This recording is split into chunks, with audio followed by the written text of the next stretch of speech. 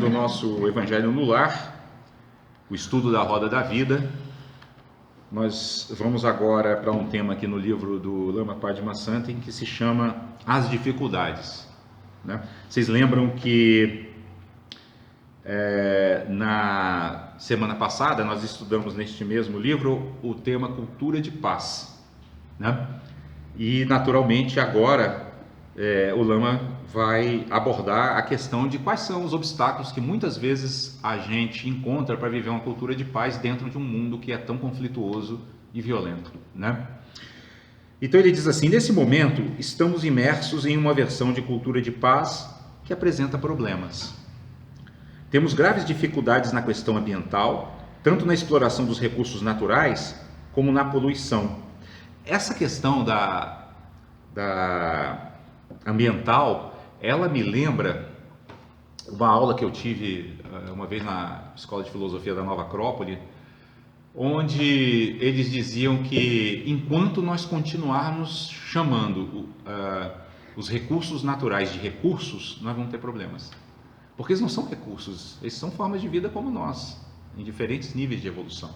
Né? E nós temos que respeitá-los como expressão da presença divina no mundo. Né? Os minerais, os vegetais, os animais, seja lá o que for, né? Nada disso é recurso. E hoje nós estamos tão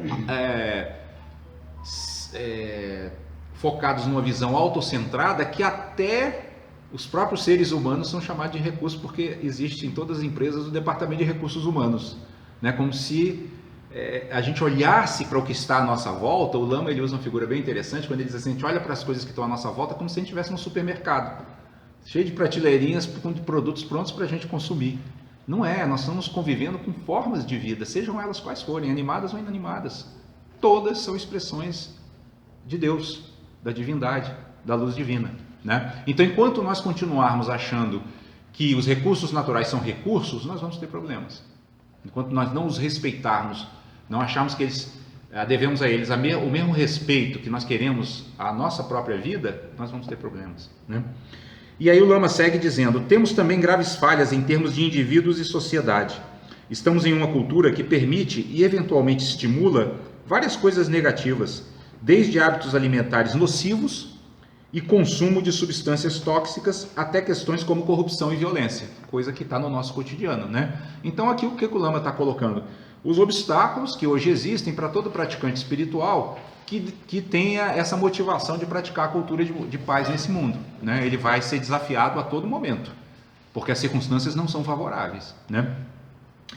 Assim, o nosso grande barco de cultura de paz tem furos no casco e está fazendo água, né? Então ele compara um barco, né, cheio de furos no casco que está afundando, né? O que normalmente os marinheiros fazem quando o barco começa a fazer água? Eles começam a providenciar a correção do problema, né? Só que a gente não vê na nossa cultura um direcionamento assim decisivo no sentido de fechar esse buraco do barco, que é o buraco da violência, né? Muito pelo contrário, né? A gente vê tanto nações como indivíduos, né, coletividades, cada vez apregoando mais a reação violenta, né? Se você recebe violência e devolve com mais violência ainda. Né? E aí os problemas vão se avolumando, né? Vão se agravando.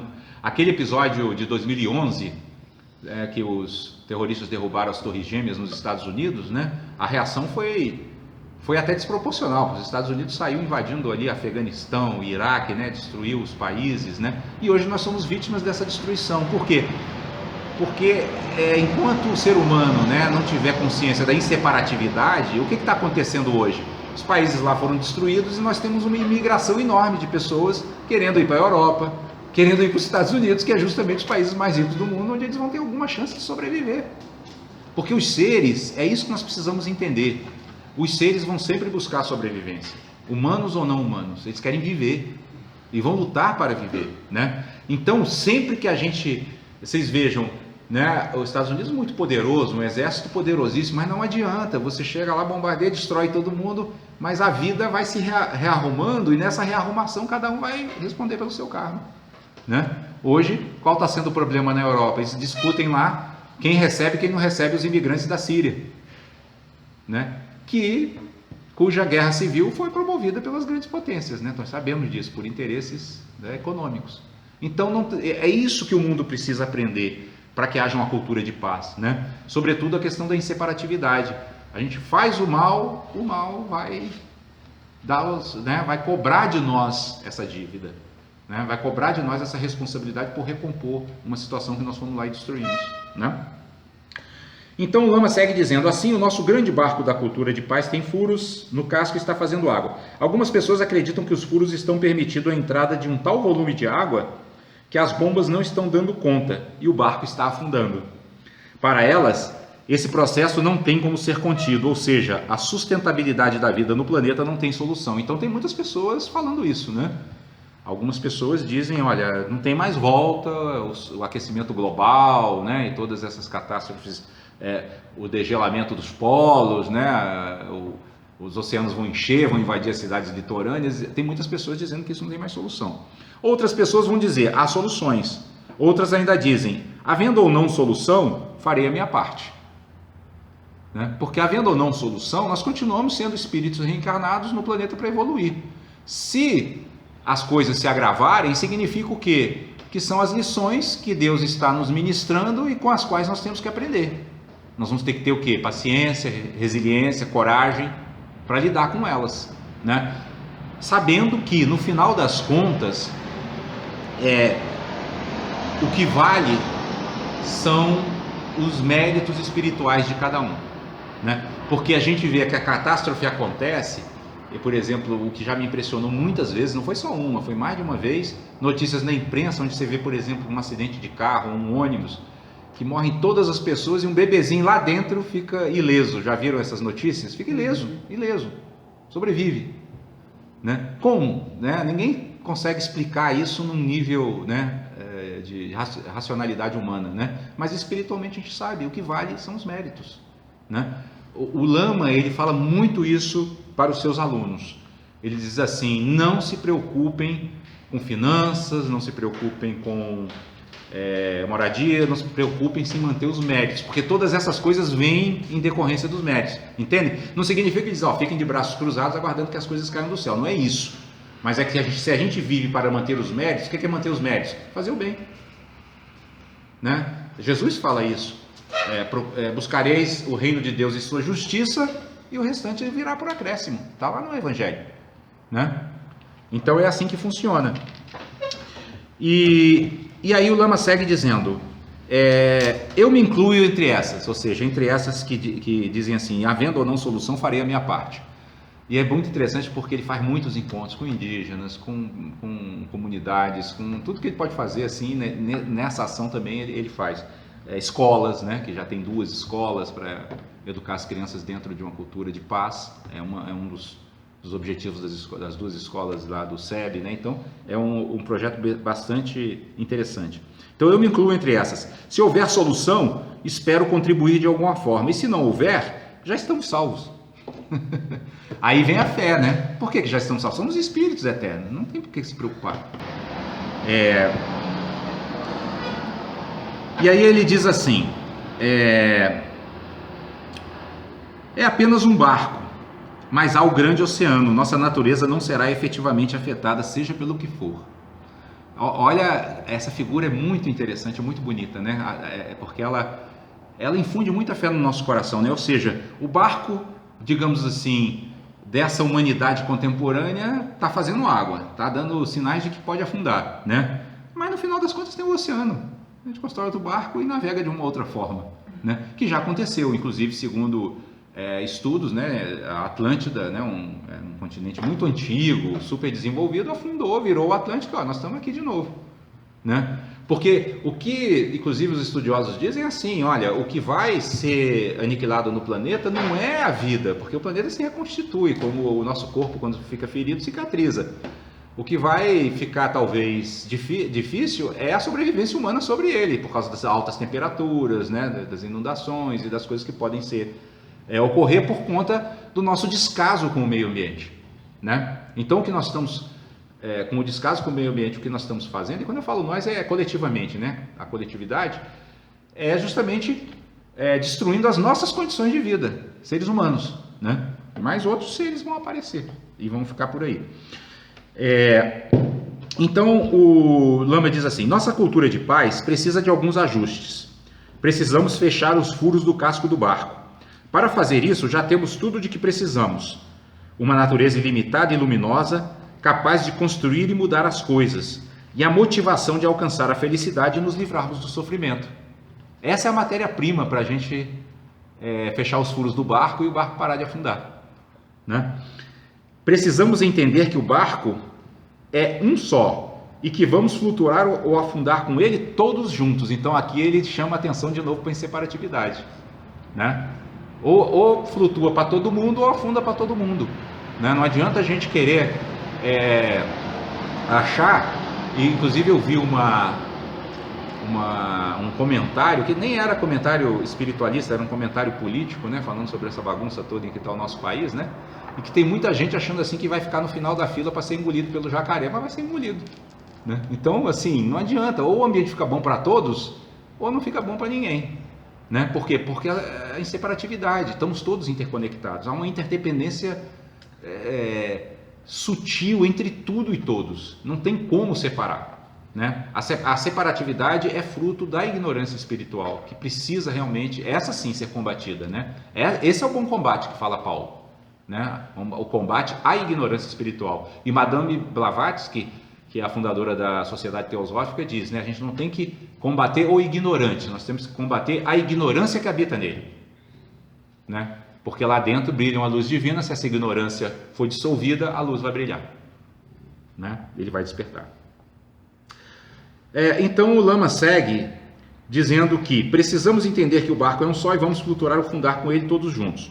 Quando percebemos que as coisas que estamos fazendo para ter felicidade e evitar o sofrimento não funcionam, ficamos dispostos a mudar. Mas mudar como? Essa é a grande pergunta, né? Porque ninguém gosta de sofrer, né? O grande problema é que hoje a gente vê muita movimentação. Precisamos cuidar do meio ambiente, precisamos diminuir a violência nas grandes cidades do mundo, né? Só que a gente está fazendo as coisas de uma forma em que isso não acontece, e ao invés de diminuir, a gente está aumentando. Só que o problema é que, de um ponto de vista coletivo, assim, a humanidade como um todo, ela não reflete sobre isso, né? Sobre assim, bom, se não está dando certo, é porque eu estou fazendo alguma coisa errada. Qual seria a coisa certa a fazer?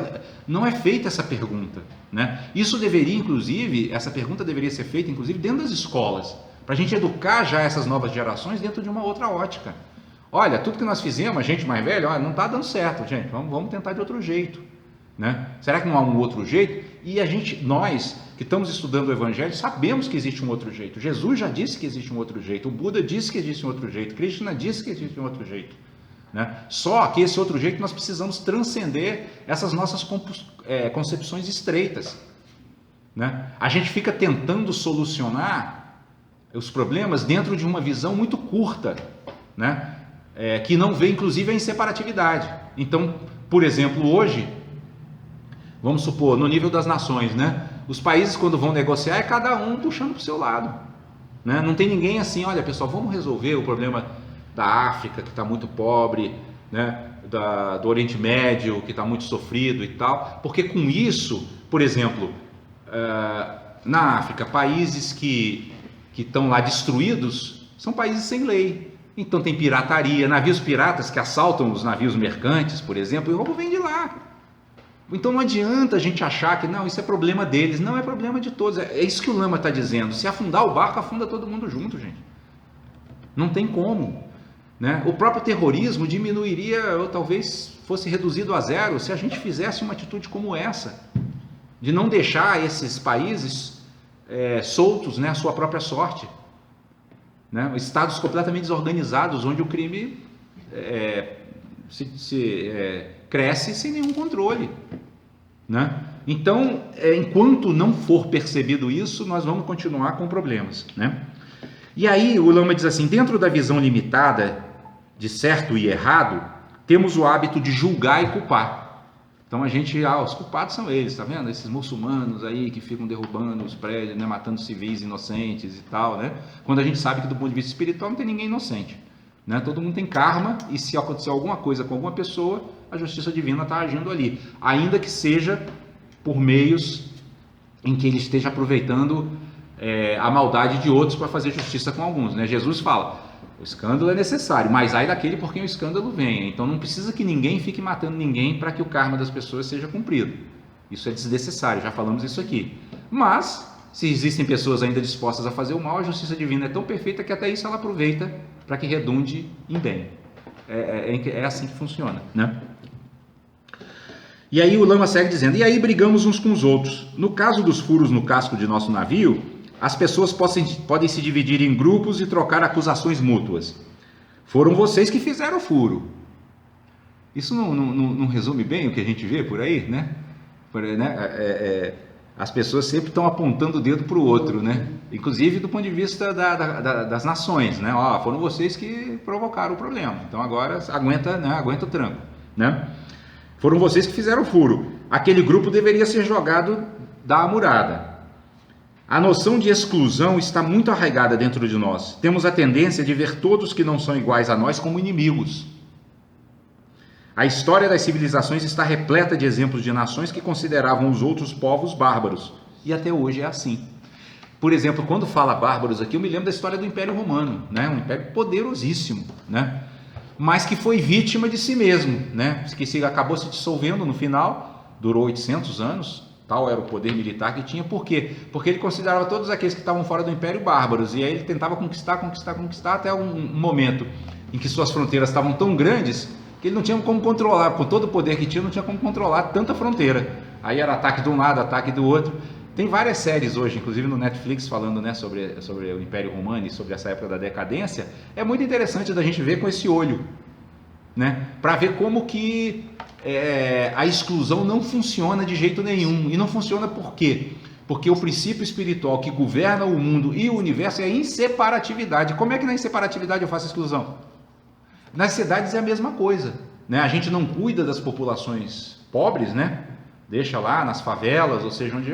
E quem vira vítima disso, além deles, né? Coitados, também já são vítimas lá vivendo naquelas condições. Os outros que os excluíram, porque eles vão assaltar, eles vão roubar, eles vão fazer alguma coisa, né? Estão largados, estão sem educação, estão sem saúde, estão sem tudo, né? Então mas aí as pessoas, não, a gente faz assim, a gente mata eles ou bota na cadeia, tá tudo resolvido. Aí chega lá na cadeia, eles formam um grupo super organizados, né? Por quê? Porque eles têm uma luz criativa dentro deles, gente. E a nossa mensagem de hoje foi o quê? Produzimos. A gente bota eles dentro da cadeia, eles vão produzir alguma coisa, não vão ficar quietos. Enquanto estiver vivo, não vai ficar quieto. E como a vida continua, também se a gente der pena de morte para eles também não vão ficar quietos do outro lado, não, vão continuar causando problema, inclusive aqui no plano encarnado, obsediando, estimulando o mal, né? Então, enquanto essa consciência, né, a gente não tiver essa consciência de que precisamos abraçar todos, incluir todos, nós não vamos consertar o furo do barco. O barco vai continuar fazendo água, como está acontecendo agora, né? Cada dia a situação se torna mais complexa e mais fora de controle, né? E aí o Lama segue dizendo, no budismo não trabalhamos com a noção de que exista um centro do mal, ou um complô para afundar o navio, ou seres que desejam infelicidade e sofrimento. E nisso coincide com o espiritismo, com a doutrina espírita. A doutrina espírita acha a mesma coisa. Não existe ninguém que seja mal por natureza, né? Não existe ninguém que queira sofrer. Até mesmo o suicida, ele acha que ele vai encontrar a felicidade. Qual é a felicidade? O alívio do sofrimento dele. Ele pensa isso. A pessoa que vai se drogar também é a mesma coisa. Ela acha que vai aliviar toda a ansiedade, toda a tensão, toda tristeza ou depressão. Aí vai lá, toma droga, para dar né? Achando que aquilo vai produzir felicidade. Então todo mundo está procurando a felicidade. O traficante lá do Morro do Rio de Janeiro está procurando a felicidade também. Só que está procurando de uma maneira ignorante, né? E significa o quê? Que nós procuramos a felicidade e encontramos sofrimento. E todos nós fazemos isso, cometemos erros, né? Achamos que vamos encontrar a felicidade em tal lugar, né? Tomamos refúgio naquele lugar e aquele lugar ruim. E esse lugar pode ser qualquer coisa que vocês imaginarem. Pode ser um bem material, pode ser uma relação, pode ser a saúde, pode ser qualquer coisa, né? E aí o Lama vai concluir esse ensinamento dizendo o seguinte: por isso não vamos querer excluir ninguém. Os comportamentos não são perfeitos, mas podem mudar. Esse ponto é muito importante. né? É essa a essência da educação. Se os comportamentos não pudessem mudar, não precisava de educação. Para que educação? Era só separar. Você é ruim, fica para lá. Você é bom, você fica para cá. Por que a gente educa? Porque a gente sabe que pode mudar, né? Agora, essa consciência precisa ser ampliada, né? A gente precisa educar também quem está no presídio, né? A gente precisa educar o criminoso. Precisa educar todo mundo. Não pode ficar ninguém fora, né? Se o sujeito é muito perigoso, ok, você prende ele, exclui do convívio social para que ele não faça mais mal aos outros e crie mais karma negativo para si. Mas lá dentro do presídio, por exemplo, existe até essa expressão dentro do direito, ele está sob a tutela do Estado. O que é a tutela? É o tutor. O que um tutor faz? Ensina, cuida, zela. É impressionante isso, né? É tão óbvio, né? Mas parece que na prática não se faz, não se compreende isso na prática, né? E por fim, o Lama diz: todos temos uma natureza ilimitada, temos receitas que funcionam e outras que não funcionam. E então temos que aprimorar os nossos processos. Simples assim, né? Então a questão toda é o quê? A aprimoração de nossos processos. E olha que conexão interessante com a nossa mensagem de hoje. A nossa mensagem de hoje é o quê? Produzimos. Então como é que está esse nosso processo de produção? O que nós estamos produzindo? E nós que estamos aqui ao redor dessa mesa estudando, o que nós temos produzido? Né? E com o que nós temos contribuído para o mundo? Né? Com que tipo de pensamentos? Com que qualidade de sentimentos? Né? Com que qualidade de ação? É isso que a gente tem que estar sempre avaliando, né? Fazendo um teste de qualidade nos nossos comportamentos e nas nossas ações no mundo.